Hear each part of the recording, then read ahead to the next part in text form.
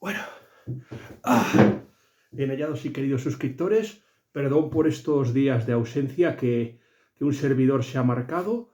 Sí, ya sé que mi último vídeo no ha recibido tantas visualizaciones como yo creía, pero es que siempre es muy poco delicado pedir a la gente un dinero o buscar un patrocinador. De ahí que el vídeo La estrella ha muerto, donde yo pedía ayuda económica para, bueno, más que ayuda económica, buscaba a alguien que pudiera sufragar la revista de San Austin Review de mi admiradísimo siempre Joseph Pearce.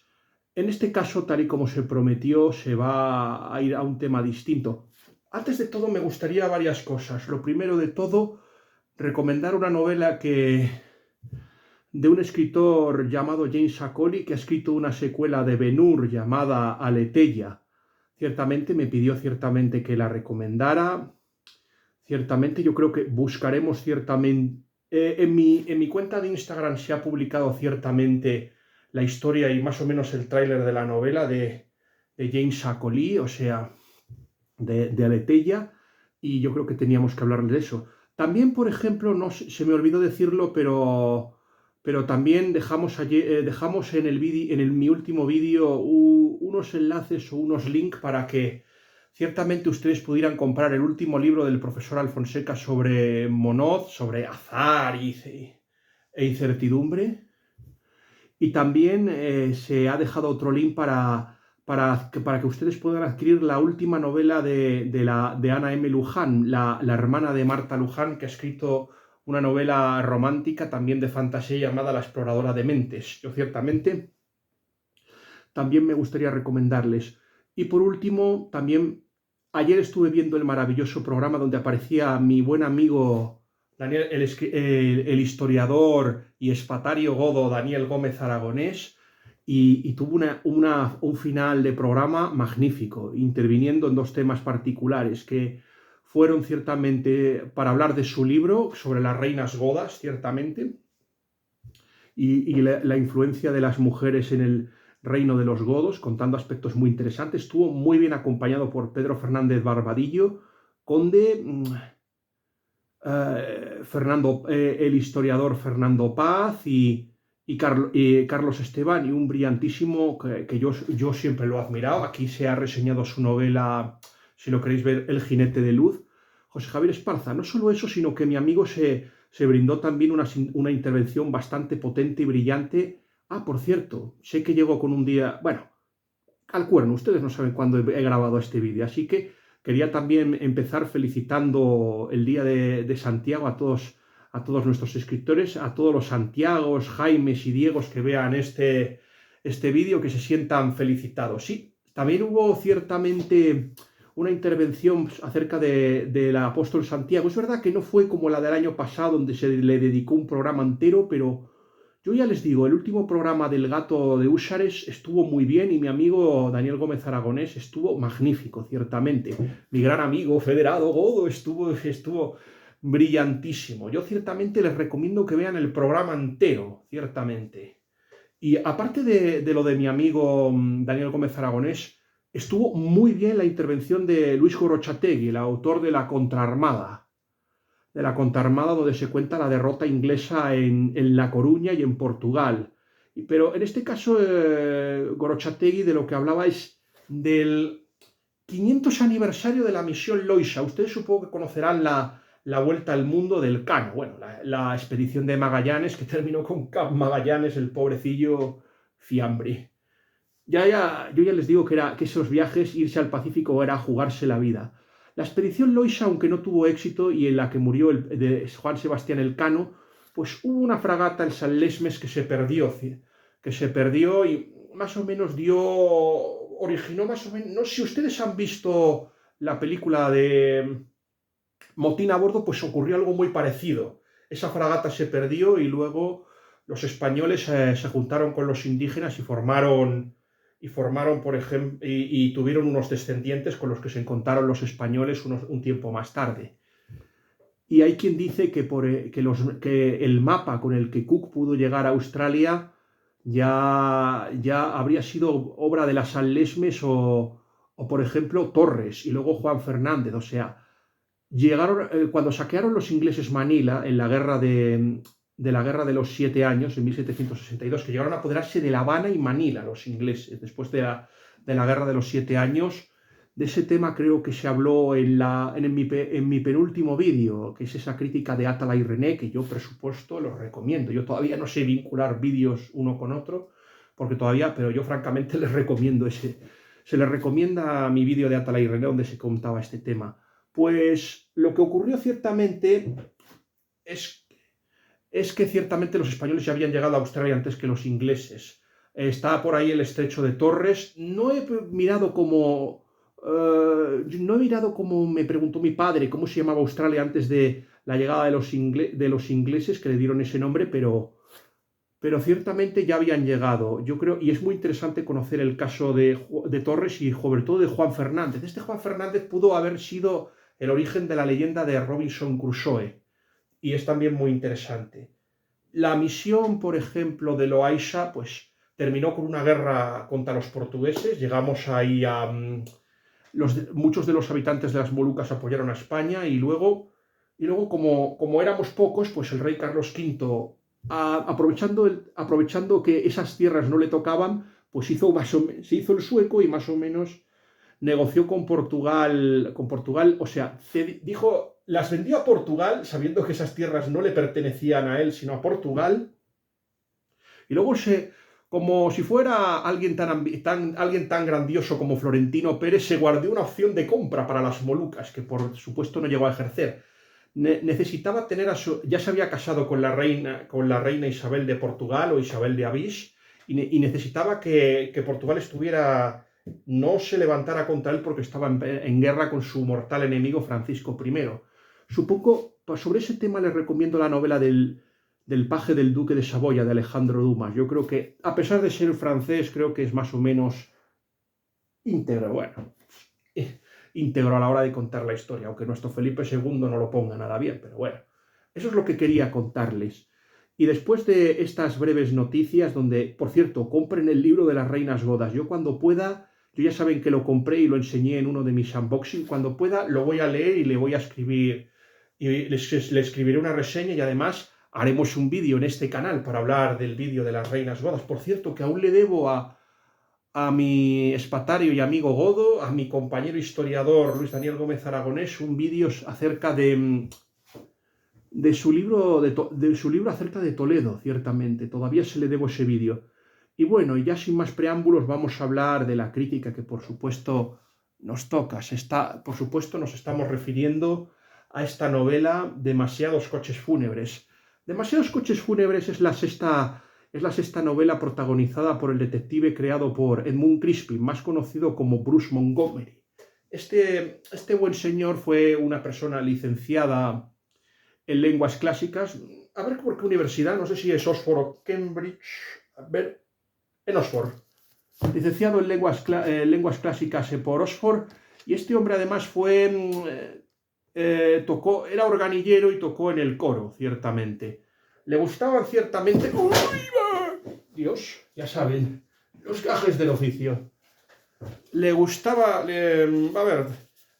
ciertamente... Le gustaban los gatos, Strauss, Wagner y la ciencia ficción y hacer el vago. Eso es lo que más le gustaba. Y lo que más y por desgracia no le caían bien los perros. Nobody's perfect, como diría el gran Osgood en Osgood III en la película de Con faldas y a lo loco. Me parece que es So Light It's Hot. Por cierto, recuérdenme que al final de la crítica se diga algo sobre el particular, porque les voy a hablar de ciertos vídeos que se tienen pensado hacer cuando volvamos a casa, es decir, a Valladolid. ¡Ay, madre! ¡Trumpi, ayuda a mí! ¡Ayuda a mí, Trumpi! Ya está, bueno, más o menos. La cosa es no tocar mucho a demasiados coches fúnebres. Pues aparte de esto, le desagradaba a Edmund Crispin el teatro moderno, que yo les puedo decir que es horrible. Yo leí a algunos escritores como Wesker, Harold Pinter y alguno más, y yo les puedo decir que la mayoría del teatro moderno inglés es espantoso, es horroroso. El psicoanálisis también lo odiaba, también Edmund Crispin. Y dos temas que aquí se van a las novelas policíacas realistas, a pesar de que yo voy a decir una cosa con respecto a demasiados coches fúnebres, y es que está mucho más cerca de un hardboil de lo que nos creemos, pero bueno, ya se lo comentará más tarde. Y otra cosa que no le gustaba era el cine. Por algún casual, Edmund Crispin odiaba el cine.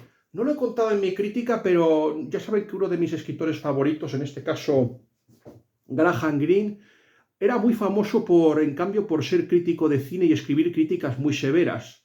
Y era amigo de Peg Glenville y también de Carol Reed. Con Carol Reed, por ejemplo, no sé si llegó a participar en el guión de la película de Otto Preminger, La Dama de Hierro, es decir, la Santa Juana de George Bernard Shaw, dirigida por Otto Preminger, donde estaba Jean Sever, esa francesa tan resultona que aparecía en Bonjour Tristesse, por ejemplo, en Bonjour Tristesse, y bueno, también salía en esta película Aeropuerto, basada en una novela de Arthur Halley, que luego inspiraría la saga de películas de Aterriza como puedas, que pretendían ser una parodia y eran muy divertidas. Eran casi mejores que Aterriza como puedas, que la saga de Aeropuerto, que se hicieron varias de Aeropuerto también, aunque la mejor es la primera. Además es la que se reconoce la presencia de Arthur Halley, del escritor canadiense Arthur Halley. A mi padre, ese escritor, le gusta mucho Arthur Halley por su novela Medicina Peligrosa. Si a ustedes les gusta el mundo de la medicina, yo les recomendamos Medicina Peligrosa y su villano, el misántropo Doctor Lore. Grande el misántropo Doctor Lore. Se les debe reconocer que de esta saga de novelas de Edmund Crispin, ciertamente la mejor es la tercera, que fue la primera que editó la editorial Impedimenta, que es también la que ha editado ciertamente la saga de novelas de Edmund Crispin, de Hervas Fenn, ciertamente. Es la que ha editado la saga de novelas de Edmund Crispin, de Hervas Fenn. La mejor es la de La juguetería errante, que por cierto va a tener algo en común con esta novela, La juguetería errante. Y luego hay otras que esa es la mejor de todas, y destaca por su humor, su bibliofilia y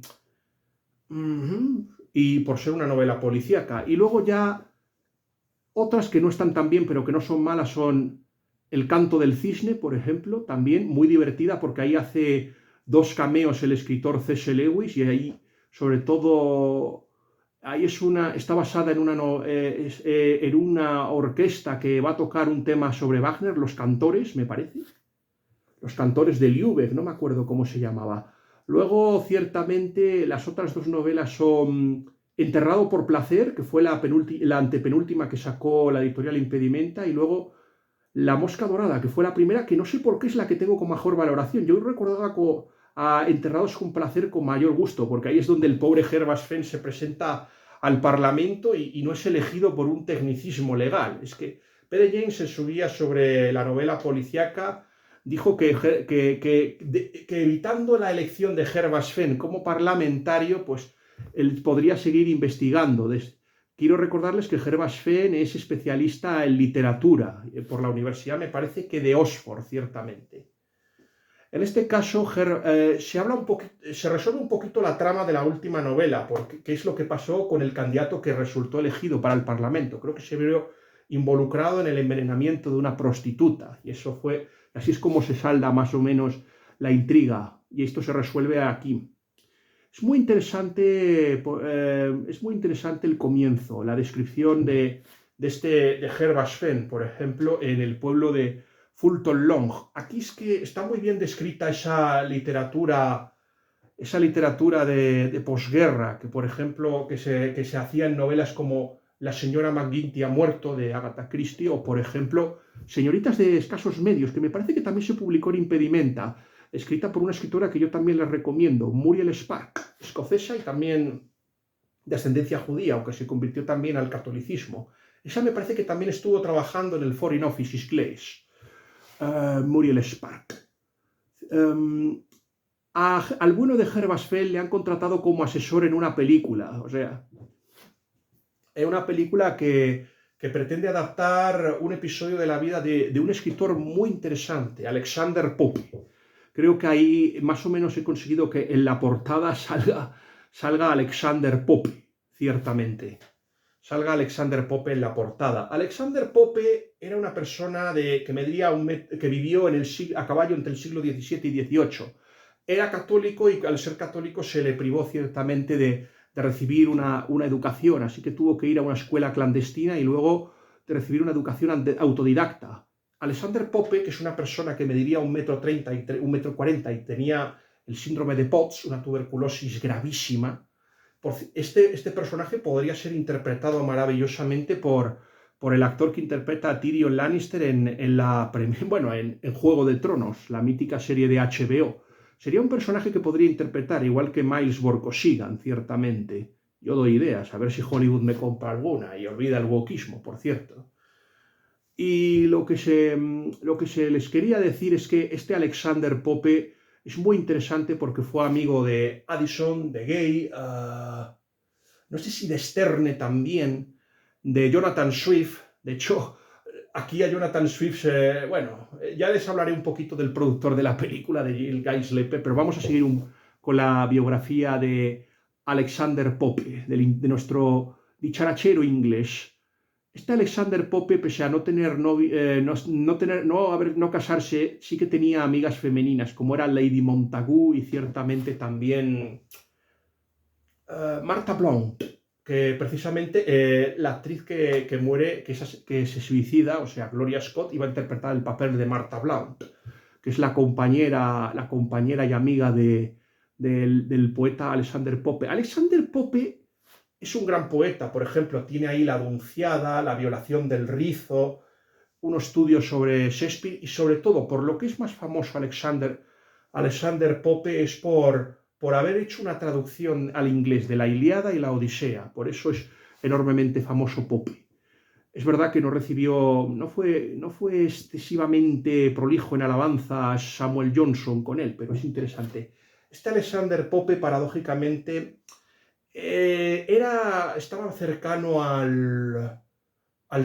los Tories y era un ferviente enemigo de Robert Walpole. Los últimos escritos fueron más bien críticas hacia Walpole y hacia su grupo de amigos, ciertamente.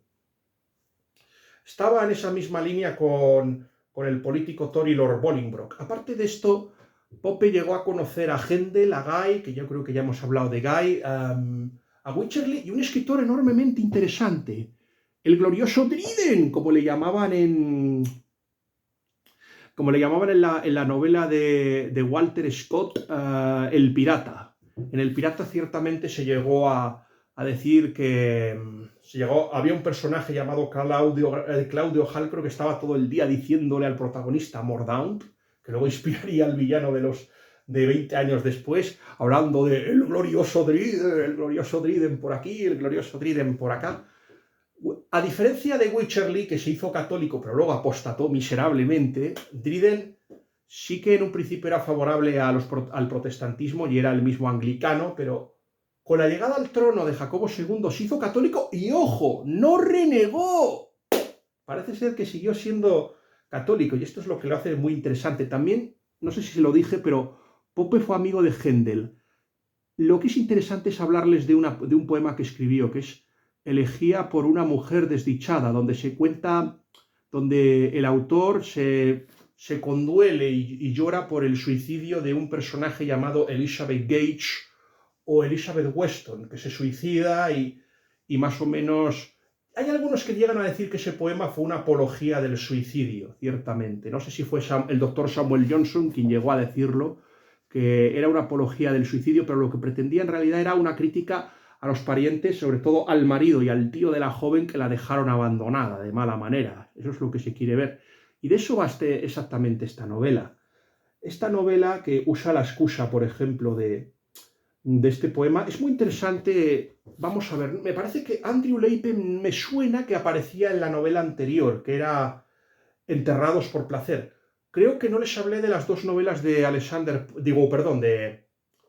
de Edmund Crispin que a mí no me gustaron. Me estoy refiriendo a las dos que peor paradas salieron, que Trabajos de Árbol Ensangrentado, aunque tiene un momento épico ahí cuando el tío se queda encerrado en un sitio, en un laberinto, y ahí se dedica a roncar páginas de la Biblia con un perro medio loco y consigue escapar. Eso sí que fue un momento épico de la literatura. Yo creo que por eso aprobé a Trabajos de amor ensangrentados, o sea, una presunta segunda parte de la obra de Shakespeare de Trabajos de amor perdido. Y luego se supone que Shakespeare iba a escribir una segunda parte que era Trabajos de amor recuperados, donde es que ya saben que esa obra de Shakespeare acaba ahí y no se llega a ofrecer una continuación. Ahí, por ejemplo, aparece un personaje del que se pitorrea, o sea, un personaje que se pitorrea de Antonio Pérez, que el modelo fue Antonio Pérez y Shakespeare se pitorrea de él porque no soportaba al petulante y traicionero español, Antonio Pérez, el hombre que traicionó a Felipe II, divulgando sus trapos sucios ante todas las cancillerías europeas, sobre todo a Francia y a Inglaterra. Con toda la reina Isabel I no le cayó en gracia, pero ese miserable fue el que dijo cuál era el punto débil de nuestro, que era Cádiz, y favoreció que el malvado de Exes la saqueara en 1597. Pues es muy interesante. Yo creo que lo mejor de esta novela es su primer capítulo, donde más o menos Gervas Fenn y el inspector Humbleby se encuentran y tienen un diálogo muy divertido y equívoco. Esta novela yo creo que gana mucho si se lee en versión original. Ya saben que que cuando él dice que le han contratado para hacer una película de Pop, el otro piensa que va a hacer una serie o una película de Papa, y él todo se pone a pensar en Inocencio, en Clemente. Llega Humbleby a meter a los Borgia por ahí otra vez, con la leyenda negra que tienen los pobres Borgia. Algún día habrá que esa leyenda reventarla, más o menos, la leyenda de los Borgia, y entonces le cuenta, Humbleby le cuenta el suicidio de la famosa actriz, de Gloria Scott, de nuestra Dahlia inglesa. Parece ser que esta mujer se ha suicidado, y aunque parece ser que el interés de Humbleby no es tanto hacer unas pesquisas sobre la muerte de la actriz Gloria Scott, sino lo que pretende ciertamente es...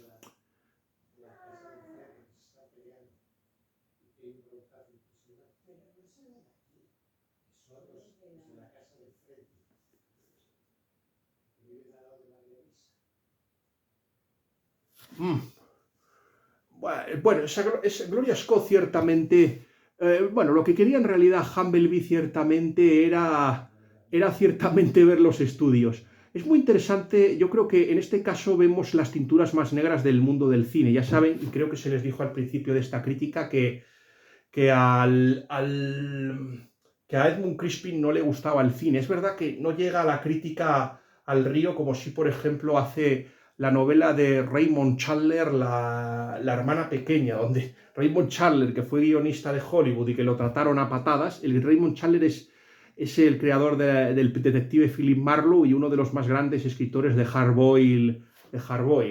En La hermana pequeña se dedica un capítulo a despacharse contra Hollywood, ahí por medio de su personaje Philip Marlowe, a meterse ahí con todos, con los directores, con los productores.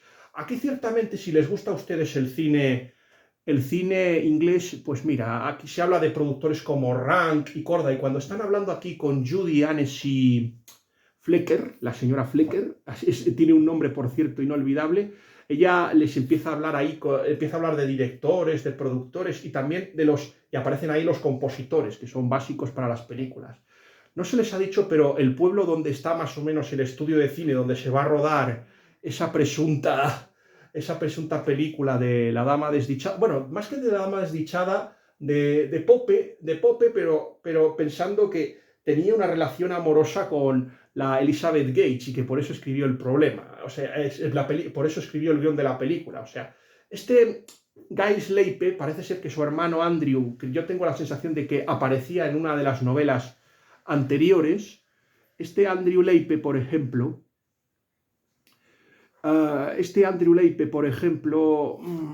tiene un hermano llamado Guy Slaipe que más o menos es alguien que, si a ustedes les interesa el tema de las teorías de la conspiración, por ejemplo, y películas, yo que sé, como Conspiración de Mel Gibson, pues es un hombre de teorías alternativas.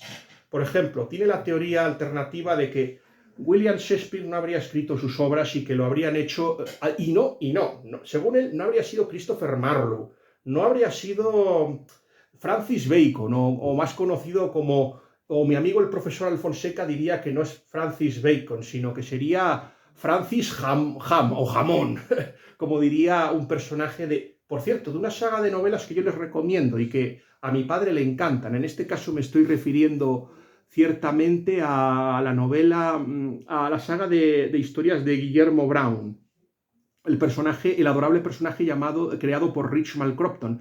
Si a ustedes les gusta Pelham Glenville Wodehouse, yo les recomiendo los Guillermos de Richmal Crompton.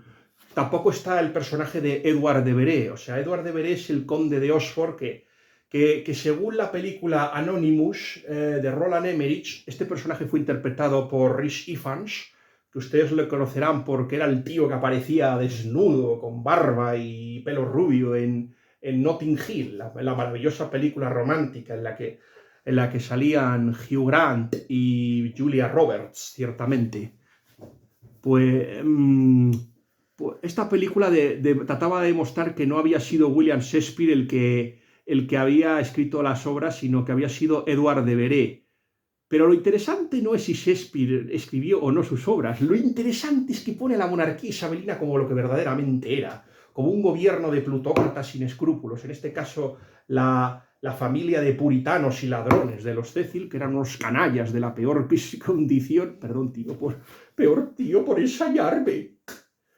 Peor tío por haberme ensañado miserablemente, pero lo que quería decirles, ya se hablará un poquito del tío al final, que yo quiero personalmente en este vídeo hablar un poquito del último vídeo que ha hecho mi jefe don Alberto Balaila. Lo que quería decirles es que más o menos al final se muestra lo que verdaderamente fue el reinado de Isabel I, un gobierno tiránico y despótico en la que los puritanos impusieron su ley y en la que ciertamente cualquiera que decidiera de la corona inglesa, y en este caso de Isabel I, pues acababa en la Torre de Londres o asesinado, ciertamente, o ejecutado, ciertamente, y que el que verdaderamente mandaba no era la reina Isabel, sino los miserables Cecil, padre e hijo.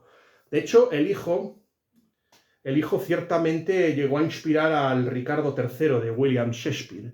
Y en eso creo que Joseph Pearce estaría de acuerdo. En lo que no estaría de acuerdo es en el tema de que Shakespeare no escribió sus obras, porque William Shakespeare es el escritor más querido por Joseph Pearce a corta distancia, bueno, de los escritores católicos, y luego ya estarían, pues, Jane Austen, por ejemplo. Ha escrito un artículo muy bonito, Joseph Pearce, de Jane Austen, que pude leer personalmente ayer. Quizás en otro momento podamos hablar ciertamente de las novelas de Jane Austen. Quizá algún día le dedicamos un espacio a las novelas de Jane Austen, que yo personalmente he leído casi todas. Me faltará alguna por leer, pero vamos. Y el otro creo que sería Charles Dickens. En una encuesta que se hizo en 1997, la primera obra que salió elegida fue El Señor de los Anillos, la segunda me parece que fue Orgullo y Prejuicio, y la tercera una obra que a mi padre le encanta, como es David Copperfield, ciertamente. Leipe, aparte, tiene otras teorías muy estrafalarias. Por ejemplo, llega a decir que Patrick Bronte y Emily Bronte, que son hermanos, en realidad mantenían una relación incestuosa. Patrick Bronte, que llegó a inspirar el malo de la novela esta de La inquilina de Wildfield Hall, ciertamente, que a mi hermana le encanta, y lo digo porque seguramente le paso este vídeo. Llegó Patrick Bronte, o sea, este hombre llegándose a acostar con su propia hermana. Dios, ni V.C. Andrews hubiera escrito un guión como ese. Eso es lo que les quería decir. ¿Cómo es posible? No, es que lo mejor es esto. Creo que uno de los puntos fuertes de esta novela es el productor de la película, que nunca llega a salir. Ya se les contará un poco al final, porque es que al final del proyecto de La Dama Desdichada, ya se les contará un poquito acerca de este proyecto tan interesante, porque bueno, resulta que están investigando el suicidio de una actriz llamada Gloria Scott. Y luego se ponen a hablar un poco con la tal Judy Anne Flecker, que es un personaje muy interesante y que nos ofrece luces y sombras de cómo era esta Gloria Scott. Y luego vemos a la amiga, a la Valerie Bryant, que es la típica rubia, la rubia con un cuerpo escultural y maravilloso, pero que ciertamente con el cerebro de serrín, con todo ese personaje de Valerie Bryant, no cae mal. Es la típica amiga que siempre estaba diciendo que qué maravillosa es mi amiga, que no sé qué, pero al final es una pobre chica un poco desdichada, y más o menos Gervas Fenn se comporta de forma muy paternalmente con ella, eso es lo que se quiere decir. Eso a mí me gustó mucho de la novela.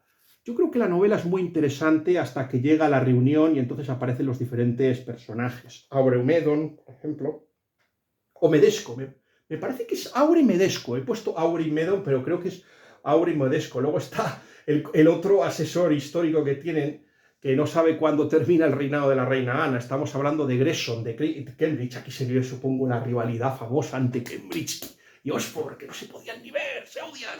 Pero las dos universidades ahora están compitiendo a ver quién es la más woke de todas. Eso es lo que personalmente se les quiere decir a ustedes.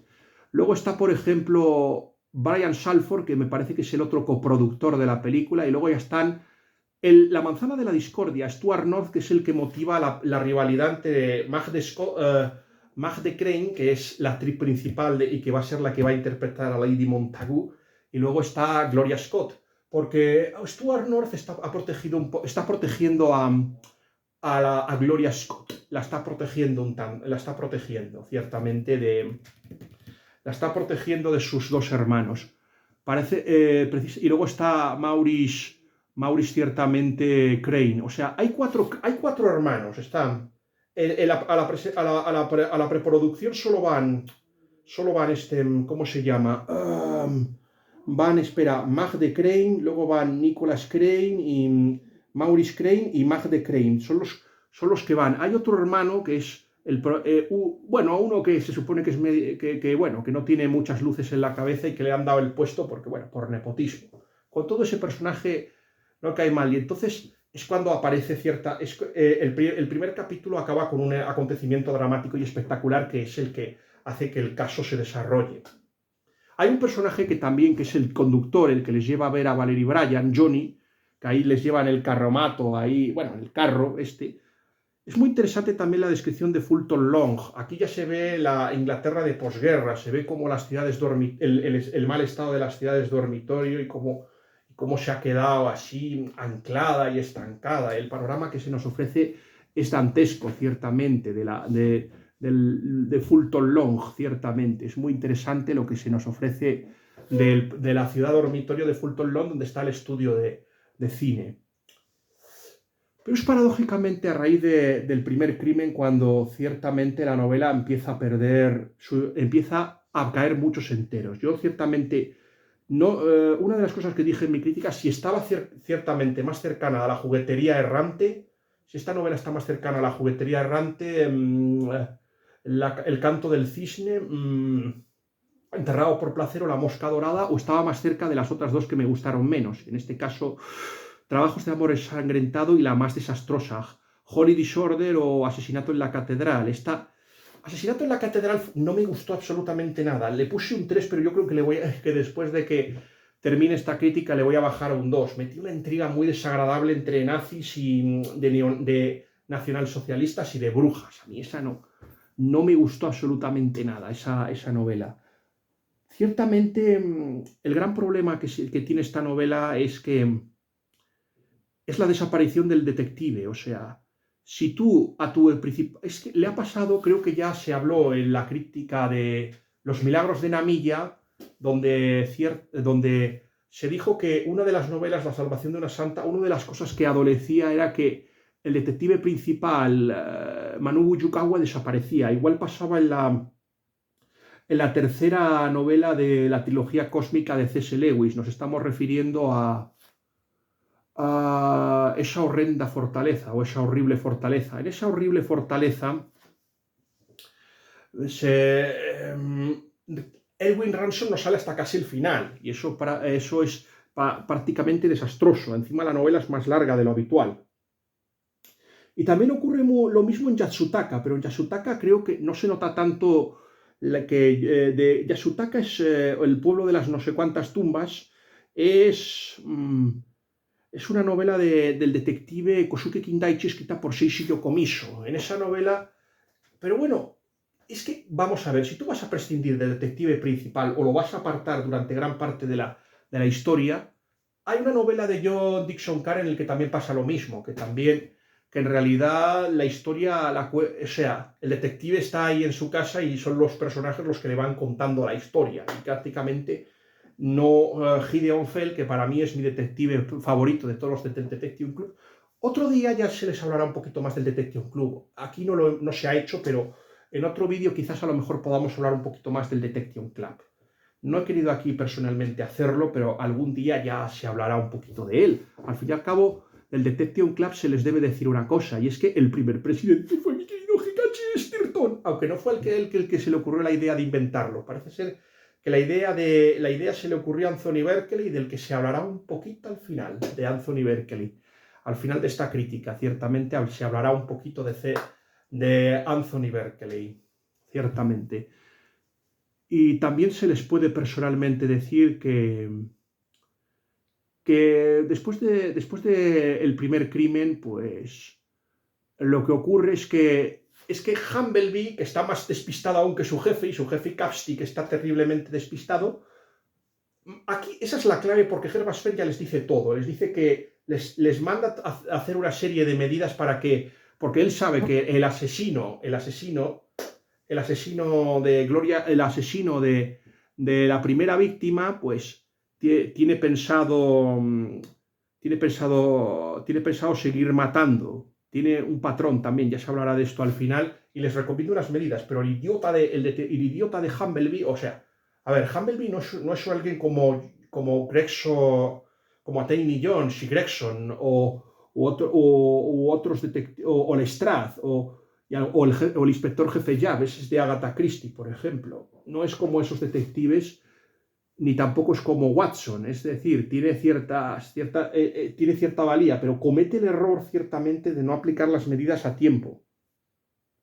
Esta novela aparte adolece de un problema también muy gordo, y es que mete una intriga, por ejemplo, en la que un detective se acuesta con una de las trabajadoras o de las sirvientes, por ejemplo, de Magde Crane, ya saben, la víbora esa, que estaba celosa de Gloria Scott, porque Gloria Scott porque Stuart North estaba protegiendo a Gloria Scott, y Magde Crane quería aliarse con Stuart North, con el actor, ya saben. Pues resulta que esta mujer pues, se lía con el falso con este detective, y este detective aprovecha para robar un documento muy importante y publicarlo en un periódico. Yo les quiero decir una cosa. Edmund Crispin, personalmente, odia las novelas modernas, pero prácticamente ha escrito una novela moderna. ¿Sabes a qué me recuerda personalmente esta novela de Demasiados coches fúnebres? Pues me recuerda ciertamente a dos novelas de James Ellroy. No sé si ciertamente conocen ustedes quién es James Ellroy. Supongo que si les digo el nombre de James Ellroy, seguramente a la mayoría de mi público no lo conozcan absolutamente de nada. Pero si les digo que este hombre ha escrito dos novelas que se han adaptado al cine, que una de las novelas es la Elia Confidential y que la otra es la Dalia Negra, y que esta novela me recuerda muchísimo a la Dalia Negra, es más o menos lo mismo. También hay que investigar la muerte de una actriz, y en este caso se entra en las entrañas del mundo del cine.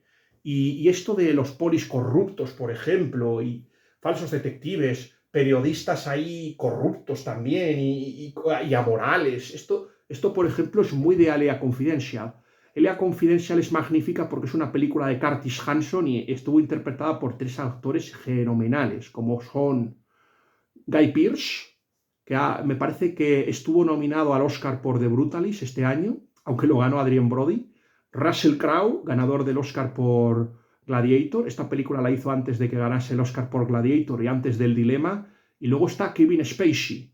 Y luego hay actores secundarios memorables como James Cromwell y, por ejemplo, Danny DeVito haciendo ese papel. Pues lo que hace este señor Bartholomew Nerth es venderle la carta, ciertamente. De James Ellroy supongo que, no creo que lo sepan, pero hay un escritor sueco, sí, esto se lo digo por Stieg Larsson y este tipo de escritores, que hay un escritor sueco que le imita descaradamente llamado James Lapidus.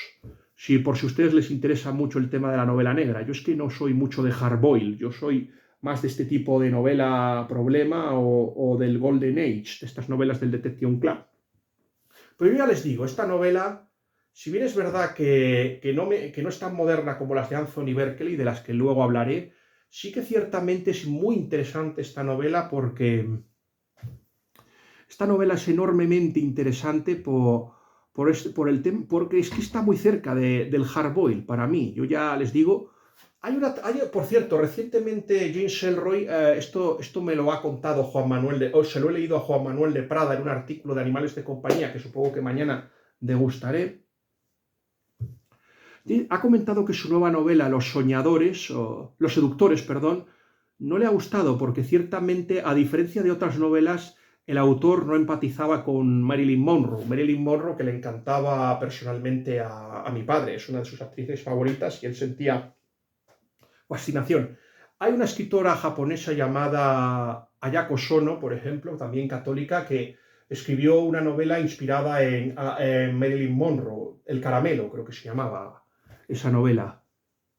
Ya algún día, ojalá algún día podamos leer algunas novelas de Ayako Sono.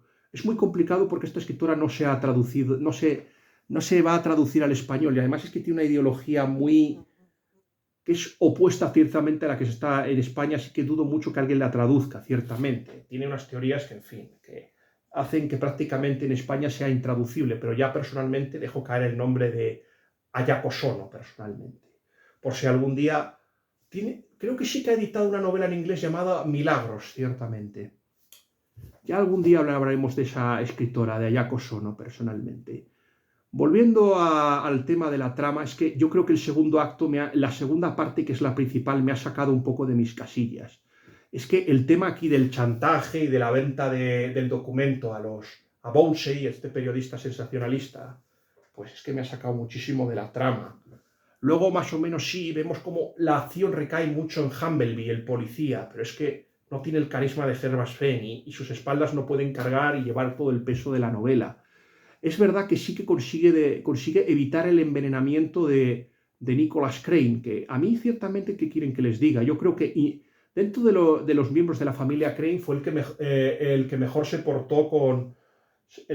portó ciertamente con Gloria Scott, y yo creo que a mí su destino no me agradó, ciertamente, se les puede decir. Luego es muy interesante también el diálogo que mantiene Humblebee con el mayordomo ciertamente socialista, que Edmund Crispin lo describe como un viejo senil. O sea, él llega a decir que este mayordomo pues tendría simpatías fabianas, o sea, estaría al borde entre el socialismo y el comunismo, ciertamente, este personaje. Yo creo que también se ve la ideología del propio Edmund Crispin, pero tampoco deseo mucho entrar en temas políticos en esta crítica, simplemente hablar de la novela.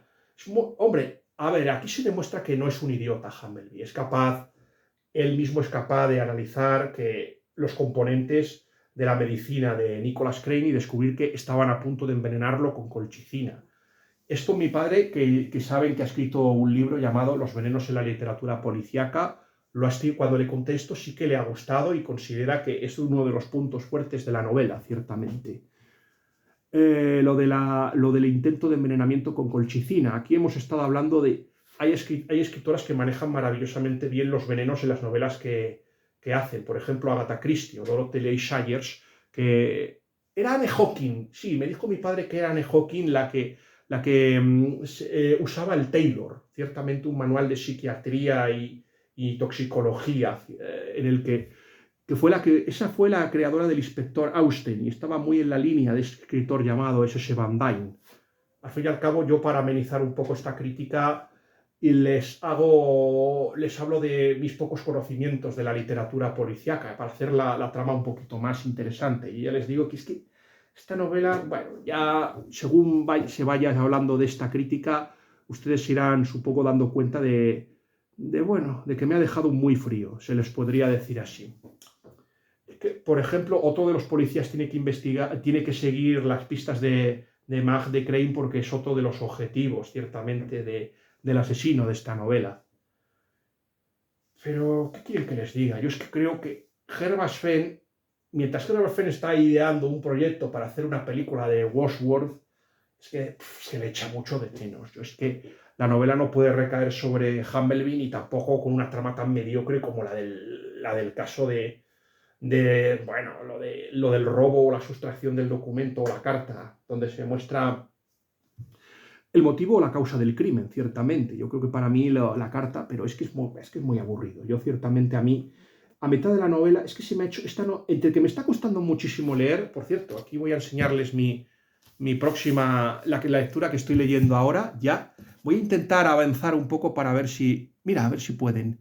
El ojo del cazador. Este Dennis L. McKiernan es uno de los imitadores de J.R.R. Tolkien, si bien es verdad que por desgracia no ha imitado las coordenadas morales del gran escritor anglo-sudafricano, por desgracia. Es una lástima. Pero voy a hacer todo lo posible para poder hacer un vídeo de esta novela, lo más pronto que pueda. Estoy muy atascado en la página 40 y tantos, y tiene 600 y pico, pero me pondré pronto con el turbo. Yo creo que mañana a lo mejor podré leer un poquito, aunque tendré que ir a misa, y bueno, es que lo malo de estar en Mojados es que estamos a casi 20 minutos de la misa, y entre que bajamos, luego que se celebra la misa, aquí la misa es más larga, luego que tenemos que volver, que hay que hacer las compras, pues aquí perdemos muchísimo tiempo. No es como en Valladolid, que esto es ir a una iglesia que está está a 1 o 2 minutos, y luego ir a tomar algo a la Alborada. Esto no es así. Ciertamente Mojados es que me hace perder mucho tiempo, pero bueno, es la felicidad de mis padres lo que está en juego, y por eso, claro, se está, ciertamente. Eso es lo que se les quiere personalmente decir. No, pero bueno, no se preocupen. Se resolverá el problema del ojo del cazador y podremos leer. También es verdad que podría dormir yo menos. Eso se les podría decir también a mis suscriptores. Podría yo dormir menos, también se les puede decir esto.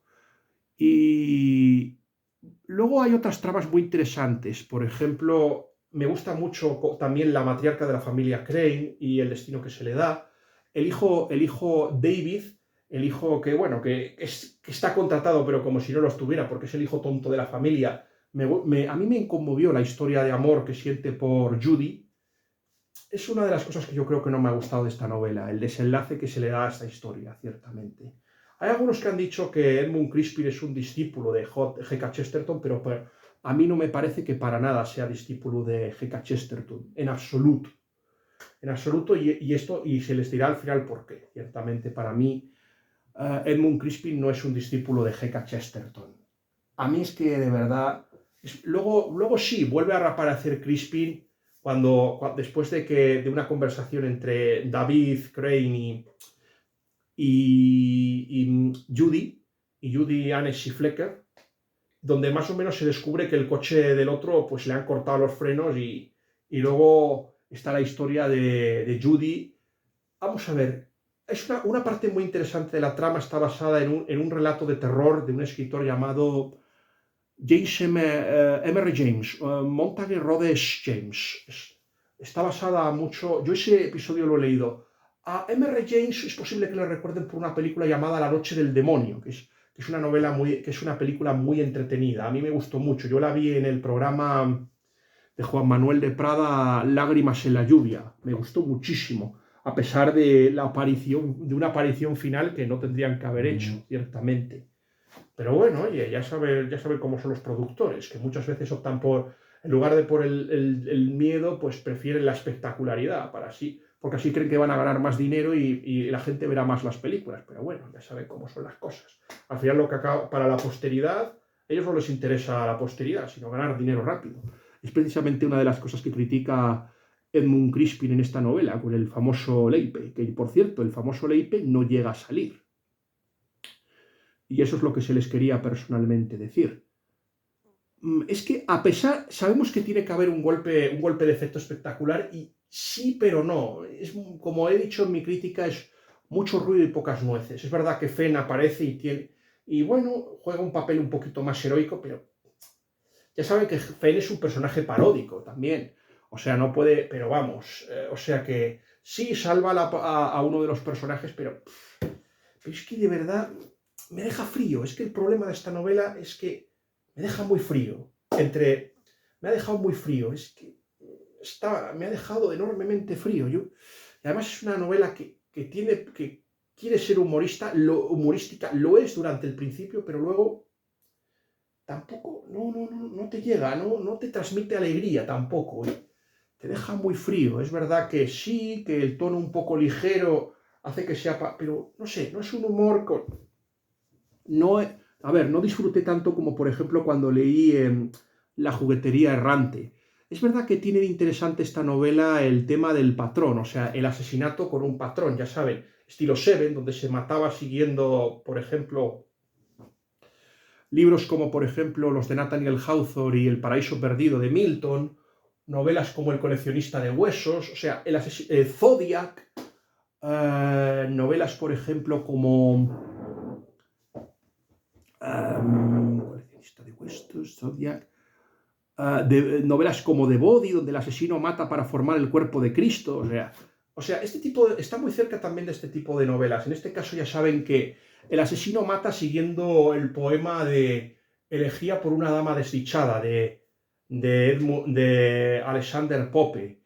Y eso es lo que tiene más o menos la novela de interesante. Yo lo que les quiero decir es que es ver, el final yo creo que sí que es correcto. Tampoco averigüé quién era el asesino. Yo pensaba que el asesino sería otro.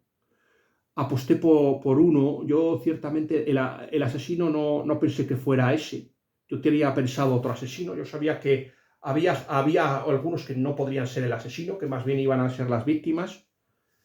Y yo creo que el final está muy logrado con ese, pero la novela, ¿qué quieren? Sí, brindamos por la dama desdichada, por Gloria Scott, pero ciertamente me entristece decirles, pero esta es una novela que ni fu ni fa. Yo, la verdad es que ciertamente me hubiera gustado ser mucho más elogioso con esta novela, pero es que... Y además sí, se me ha olvidado una cosa, el tema de la historia de amor. Chesterton sí que le habría dado una oportunidad al personaje de David Crane, sí que habría hecho que el romance prosperara, pero es que en eso aquí se parece más Edmund Crispin a H.G. Wells y, por ejemplo, a George Bernard Shaw en el antirromanticismo. Es que el problema de los escritores que tienden a ser humoristas es que muchas veces les falta trascendencia, les falta grandeza, ciertamente, muchas veces a los humoristas. Son muy ligeros y les falta al final. Tienes que poner un poquito ahí, un poquito de grandeza, de épica. Y eso hace que el humor sea aún mejor. Y eso es lo que yo creo que también le ha fallado a Crispin. Yo creo que tendría que haber terminado el romance bien. Y yo la verdad, bueno, oye, no sé si habrá más novelas de Herb Sven, pero yo ya les digo personalmente que la que tienen que leer es La juguetería errante. Y no se lo he dicho.